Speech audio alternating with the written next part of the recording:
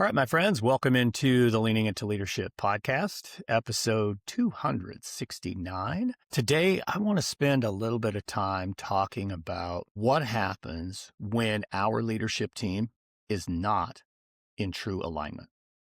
I want to talk about the impact of that misalignment, but more importantly, I want to talk about some steps that you as a leader can take to get your team back in alignment and really heading towards being a high-performance leadership team. So let's start here. Let me ask you a simple question. Have you ever walked out of a leadership team meeting and thought, okay, we just spent an hour talking and I'm not really sure if we moved anything forward? Or maybe you've said this about your leadership team. We've got a strong team. Our people really care. They show up every day. They put in the work, and yet something just feels off. Like we're really close, but we're just not clicking. That is what I want to talk about today. Because in my experience, when things feel like this, it's not an issue of talent. It's not an issue of effort. It's an issue of alignment. And the problem with misalignment is it doesn't just sit up and announce itself and say, hey, I'm the problem. Misalignment doesn't show up in big, obvious failures or catastrophically poor decisions. Instead, misalignment shows up in little ways over time. And the worst part about misalignment is it slowly starts to tear at the fabric of your leadership team. Now, before we dive in and get really deep into this conversation, I want to take a moment to thank the sponsors of the podcast, because honestly, both of them play a really big role in helping teams stay aligned in some really important ways. First, let's talk about our friends at DigiCoach. One of the biggest places I see misalignment in schools is in instructional leadership. We have different leaders walk into classrooms and they're looking for different things. They give different types of feedback.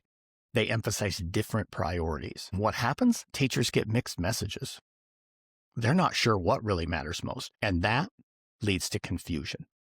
And what I love about DigiCoach is it really brings the clarity and consistency to that process that is so incredibly necessary.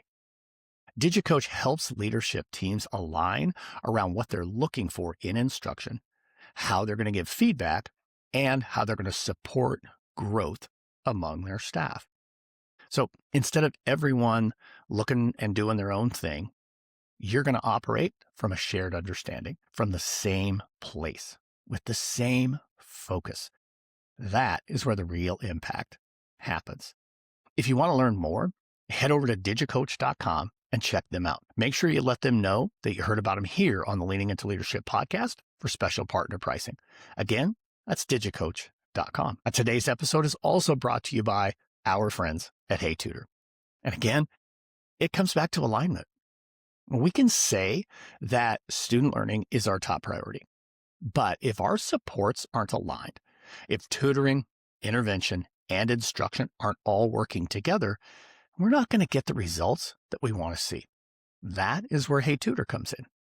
Hey Tutor provides high-dosage tutoring in both English language arts and mathematics that's aligned to your standards, aligned to your classroom instruction, and aligned to your students' needs. The best thing, Hey Tutor handles all the logistics. They handle staffing, training, and management, so your team doesn't have to be stretched any thinner than it already is. Look, if it's really about making sure what you say matters actually shows up in practice, Hey Tutor is somebody that you want to have a conversation with. I have a link for you down in the show notes that takes you to heytutor.com and lets them know that you heard about them here on the Leaning into Leadership podcast. Go hit that link in the show notes and check out Hey Tutor.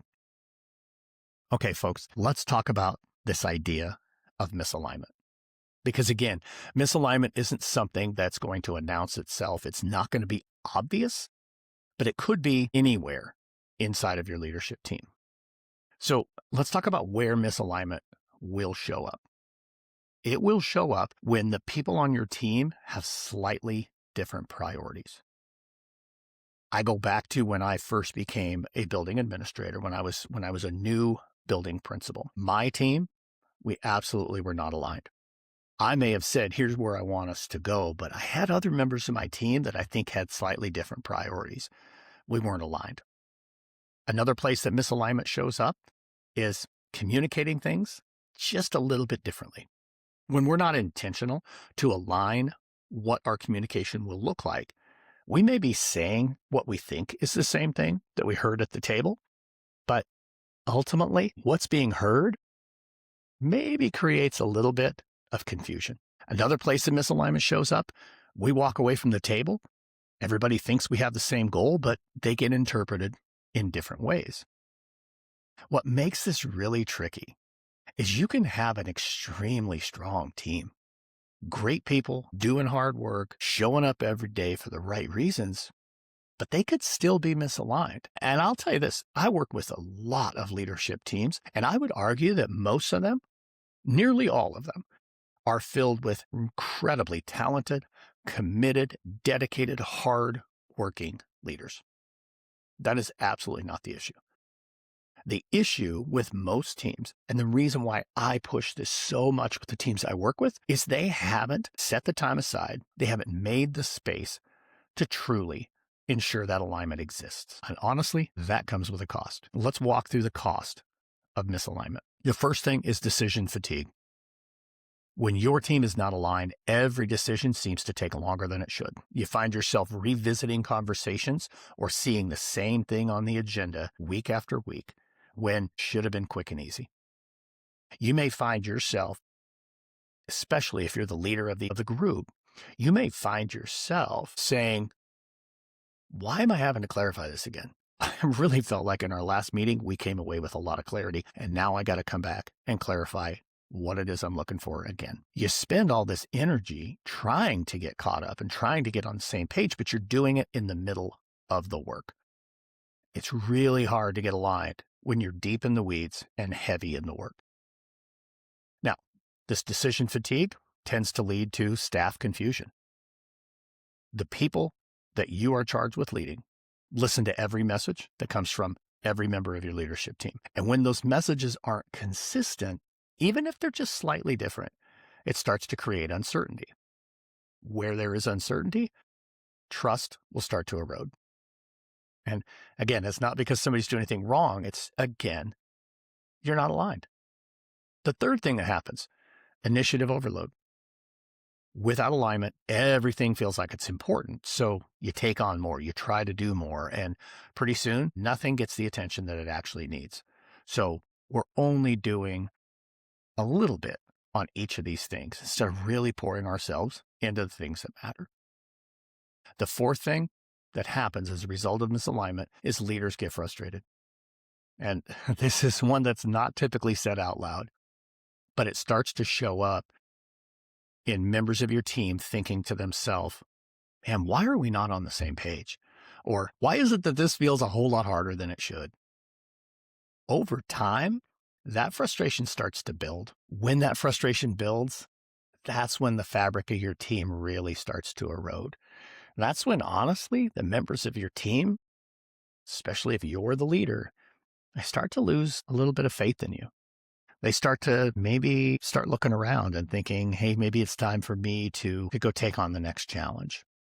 We don't want to see our teams erode simply because we haven't been intentional to set aside time to really get our team all on the same page and firing on all cylinders. The last thing that happens is lost time.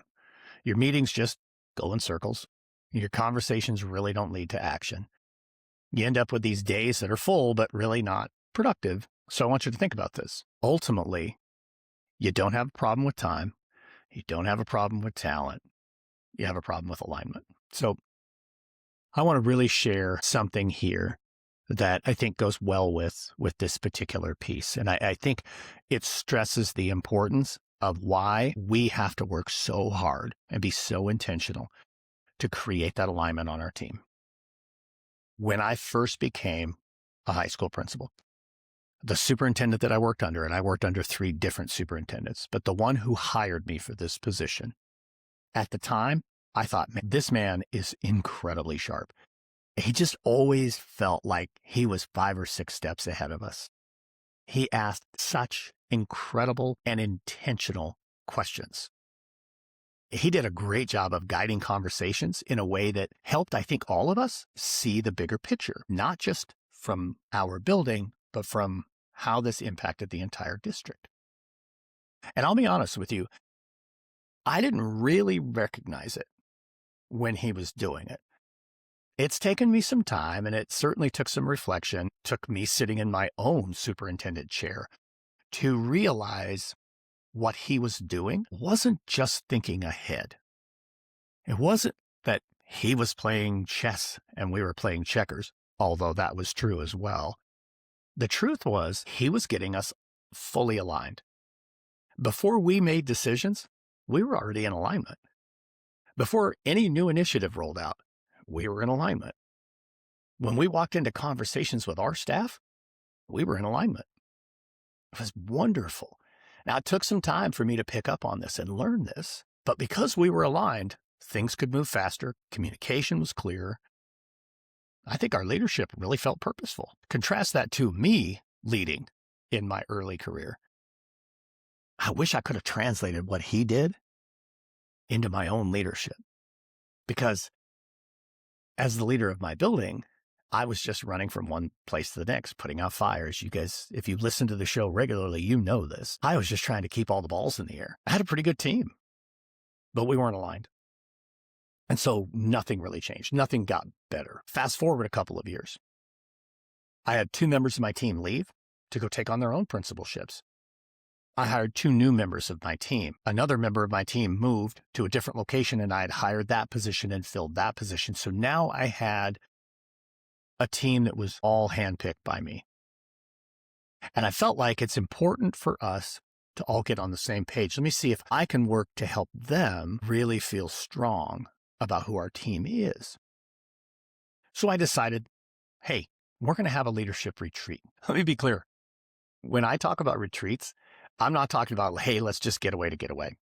It wasn't just about team bonding or anything like that, just for the sake of team bonding. What I wanted to do was I wanted to create time and space to go do the work that we couldn't do in our day-to-day operations. You see, here's the thing about alignment. It doesn't happen in passing. It doesn't happen by accident, and it certainly doesn't happen in between interruptions that you are faced with on a day-to-day basis. If you want your team to be aligned, you have to do it on purpose. And that is what a well-designed retreat allows you to do.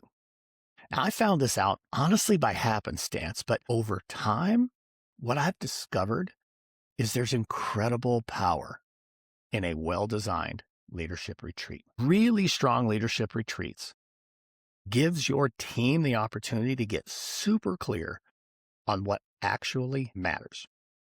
It gives you an opportunity to define priorities in a way that everyone understands. You see, when we have those 1-hour meetings, those real quick meetings, those ones where somebody might open the door and say, hey, I need to talk to you for a few minutes, and so people are in and out, in and out, in and out, you don't get that opportunity to walk away with everybody fully understanding, because there's not necessarily an opportunity to ask clarifying questions or to push back a little bit and say, I'm curious about that. How would this work? Or what might be our steps to make that happen? See, when your team has this intentional time and this intentional space to truly dive in and get crystal clear about what matters, it's incredible what ultimately happens. Another thing that these really well-designed leadership retreats allow you to do is get super clear on role clarification. Then there's no confusion once things start happening, once the year gets rolling, about who is responsible for what. When you have extreme role clarity, man, your team is going to fire on all cylinders. But you have to do it intentionally. It can't just be, hey, here's a sheet of paper. This is what I laid out. You're responsible for this. It doesn't get the job done. Here's the reality about this alignment. When you are intentional, when it is in place, everything gets easier. Decision-making, it happens faster. Communication, it's clearer. Your trust within the team, and this was, I'll be honest with you, I think this was the number one thing that led me from being frustrated with my previous team to saying, love my team. with this team was we worked so intentionally and we developed such trust within the team that the work felt manageable. Again, I've lived both sides of it. I've lived the version where everything was much harder than it should have been. And I've lived that version where everybody's aligned and moving forward together. And I can tell you, they feel totally different. Let me give you something real simple to think about as you reflect about your team. If I were to come in, work with your team, and I sat down with each member of your team, and I asked them, what are the top 3 priorities right now? Do you think I would get the same answer? If the answer is no, that's not a problem with your people. That's alignment. And it's one that's easy to solve. It's worth solving. So how do we do it? Let me give you a tool here. Something I think is really practical that you could take back to your team right now. In fact, I wrote a blog about this earlier in the weekend. I'll put a link in the show notes to you so that you can go and check that out. I think it's super important, but it's a simple protocol. It's a protocol I call start, stop, continue, consider. Here's why I love this in the context of alignment. One of the bigger challenges that leadership teams face is we just keep adding more.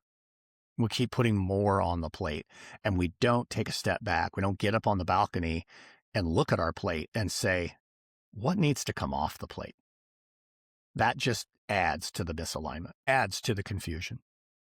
So here's how this works. If I were to sit down with your leadership team, whether it's one of those retreat settings, or even if it's just a dedicated block of time, and walk through these 4 prompts, it would be incredibly powerful. And the first thing that I would ask is, what do we need to start doing right now?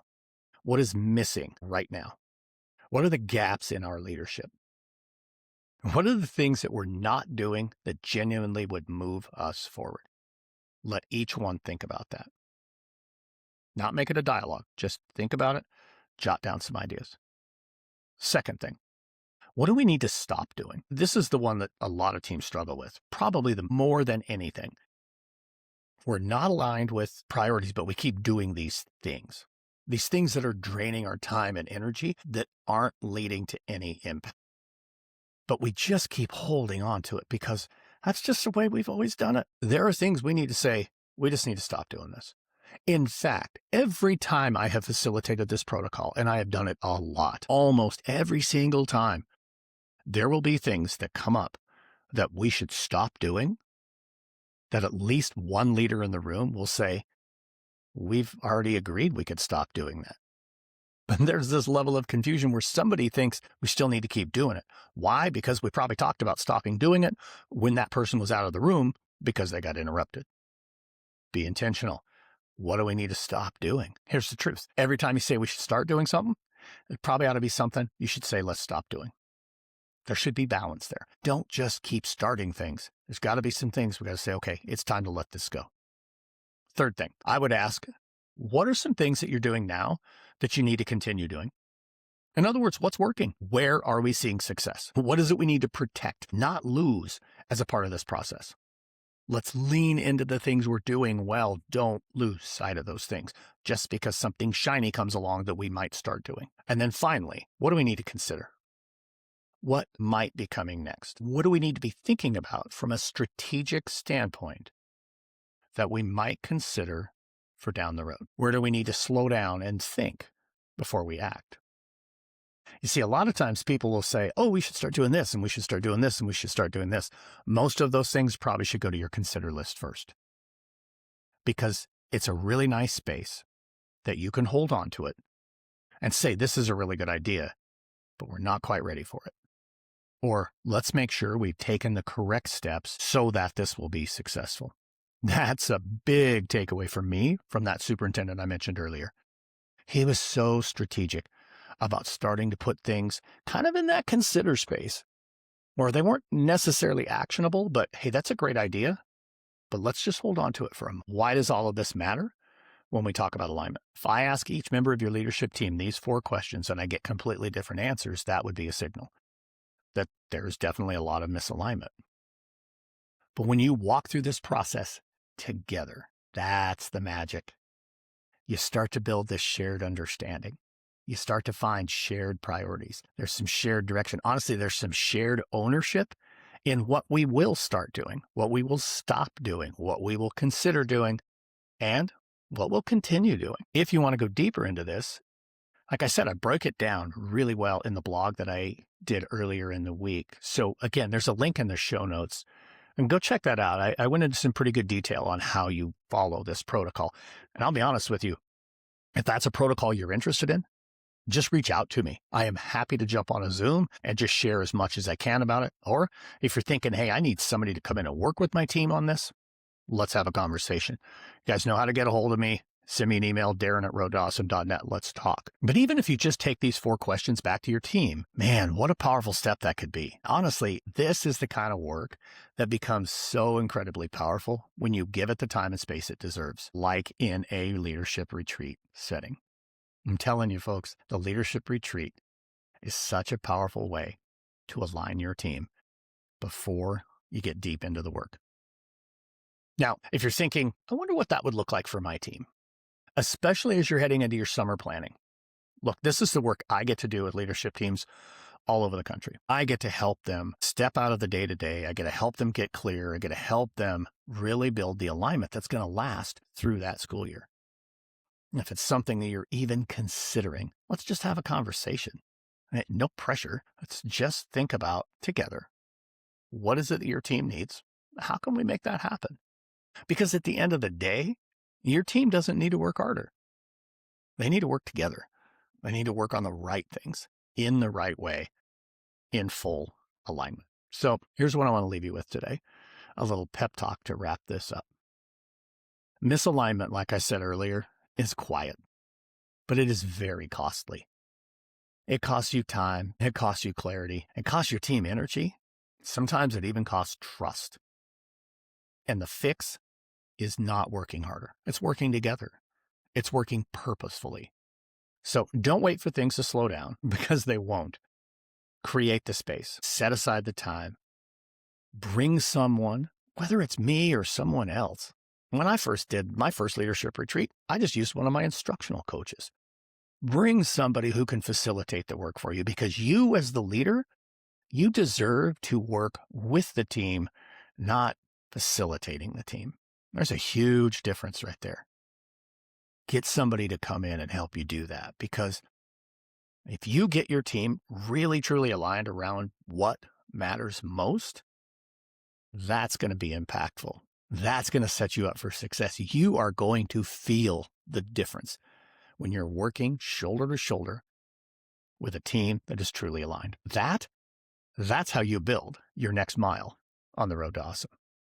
Hey, folks, thank you so much for listening into this episode of the Leaning Into Leadership podcast. If there was something in here that resonated with you and you think, man, I know somebody else who needs to hear this, please share this episode with them so they get the opportunity to catch on and jump into some of this Leaning Into Leadership magic that we're sharing each and every week. As always, make sure you subscribe, that you rate, that you review, because all of those things help us spread the word of what we're doing here at Road to Awesome and on the Leaning Into Leadership podcast. So, as always, folks, get out there, have a Road to Awesome week.